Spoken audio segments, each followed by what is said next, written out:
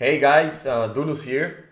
A viewer asked me to make a video regarding my Ableton template, how I use it, my effects, my routings, my sends and returns, etc, etc. So I'll just make a short video explaining you my Ableton template.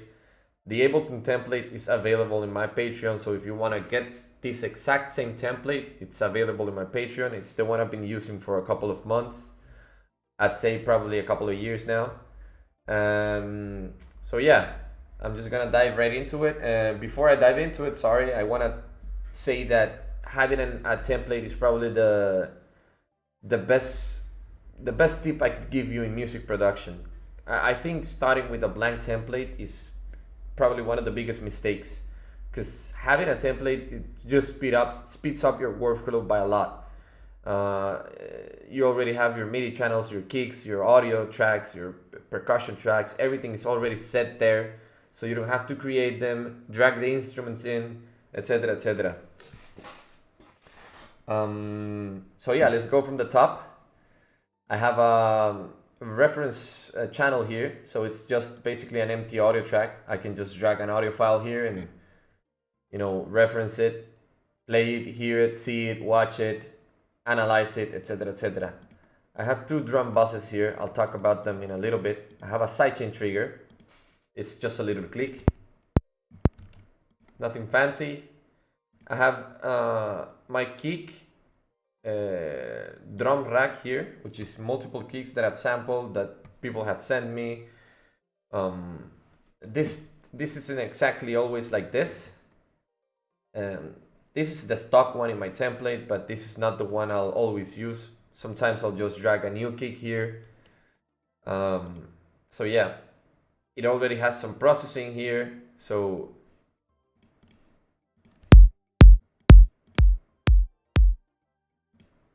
it's already ready to go. So if I want to drag in a kick, I already have some processing that I can mess around with. I have a a top kick instrument here, simpler, in case I want to add a top kick. Also optional, I might not end up using it, but the instrument is already there. So if I want a new sample, I'll just drag it in here, and I have a top kick already, like, ready to go. The simpler is already filtered at a frequency I think I like for my top kick. If I want to have a little bit more of the body of that top kick, I'll just drag this back. But the thing is, the instrument is already there. I have a bassline bus, which contains a tom already tuned, an empty MIDI track, already has EQ and compressor, which are the two audio effects I will always use. I will always sidechain something, and I will always EQ something. And I have an empty audio track here, in case I want to drag like a bassline loop and splice it or whatever, but the audio track is already there. And it's as easy as duplicating this, is in case I want more. I don't have a lot more because my computer isn't like, I want Ableton to start quicker, so the bigger your template, the longer Ableton takes to load in the beginning. I have on my drums, so I call these drums, which are my main drums. In my case, I make house music, so the hat and clap are probably like the second most important element in your house grooves. So your offbeat hat and your clap. So I consider them like the main drums, So I have a main hat with a MIDI pattern already written here. So main hat is always gonna be offbeat. If not, then I'll just move it. But 99% of the time, your hat goes in the offbeat. And I already have a MIDI for my claps, which goes in the 2 and 4 of every beat. Of every 4 beats, sorry.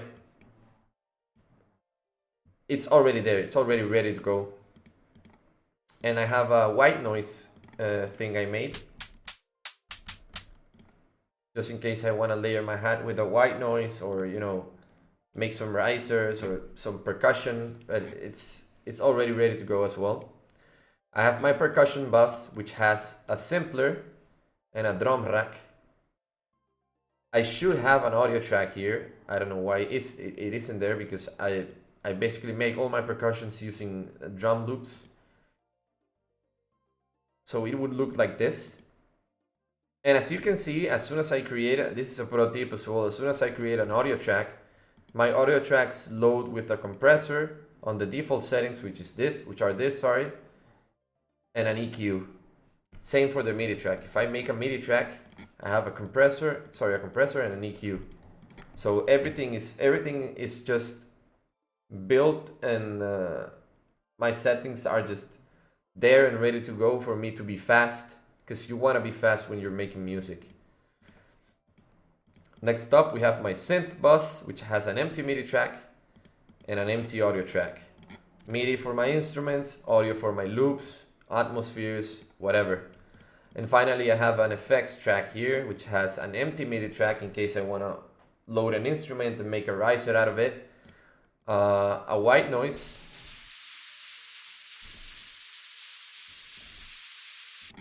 I can use this to make a riser.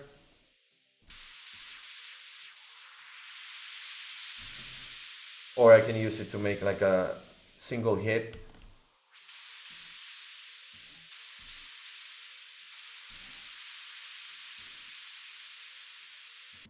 Basically an effect, pretty simple. And then another empty audio track here to drop audio files, effect audio files, risers, downlifters, weird effects, whatever. You get the point. Everything is grouped, so I can process them on the group. Same for the synths, same for the percussion. Nothing crazy, it's just keeping it organized. Finally, I have my sends and returns. I have a room here, which is a Valhalla room.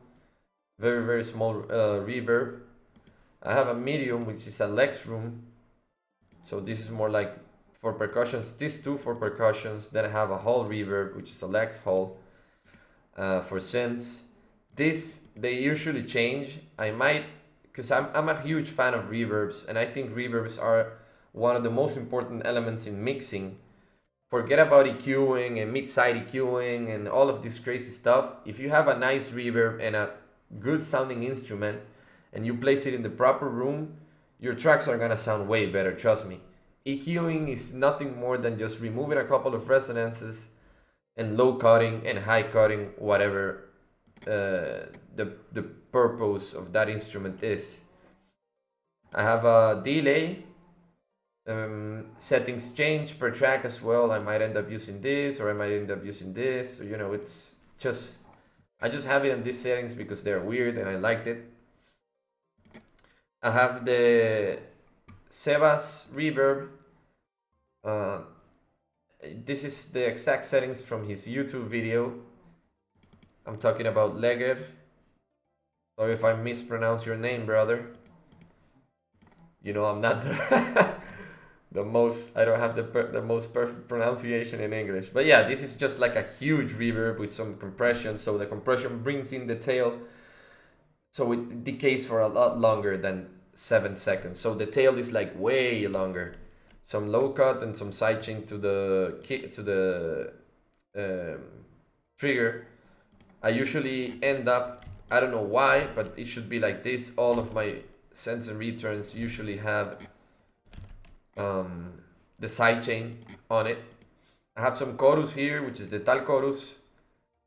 Really, really good, emulating the Juno chorus. And then I have weird delay here. I have timeless now, but also this changes. I might swap this for an echo and modulate the timing. So I have a track that came out on our label Sendas, which has a lot of weird delay timings, and it was just me messing around with the Echo Boy, the time settings. So you create those kind of like that kind of stuff. And finally, I have a filter on my master chain. And yeah, just for low cutting and high cutting, and I have a little aux for inflator here, which is always on my master. I cannot make music without that aux for inflator. It's basically nowadays like built into my ears. And I want to talk about the drum bus processing as well. As you can see, percussion is grouped and drums are grouped. So I might do some processing to this channel only using this group, or I might do some processing to the percussion only using this group. But then both of this get sent to this drum bus NK, which stands for no kick. As you can see, it's the drums get sent to NK and the percussion gets sent to NK. So the percussion here, so everything from the percussion, including the drums and the percussion, gets sent here. So I can process them all together. And then this bus gets sent to to drum bus with kick, which is this. And this bus gets all of the percussion, including drums and percussion, plus the kick. The kick gets sent to drum bus with kick. In case I want to do some final gluing to the bus, to the drum, to the kick and the drums and the percussion. So basically it goes like these two go here, and then this goes here, including the kick. I would have made it like a little chart, but it's not that easy, that hard to understand. And I do this because sometimes I want my drum bus to have distortion, like a little decapitator or a little radiator. Sorry, little radiator is it called, or just radiator? It's another one from Sound Toys. And if you distort like kicks using so I tend to push it a lot, maybe. Sometimes. But if you like throw that with the kick in, it just becomes a mess.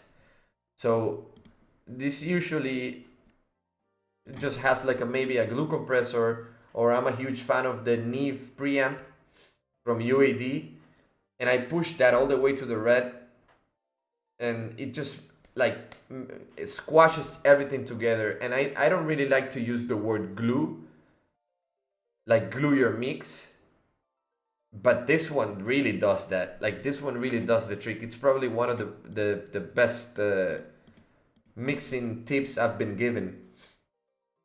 So yeah, that's basically it, guys. Like I said in the intro, or I don't know if I said it, I don't remember. This exact project file is available in my Patreon, including all of these returns, in case you want the exact settings and the exact things. So yeah, this is how I make every single one of my tracks, and I hope you enjoyed it. I hope you learned something, and if you don't really want to use my template, I encourage you to build your own. Have all of your Ableton settings set and then save that. I have a bunch of settings like record quantization on, like my settings, all of my synths routed. So every single template saves all of this.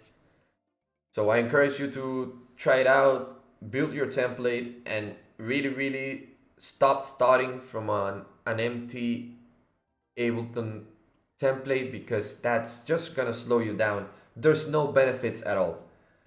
So enjoy, guys. I'll see you later.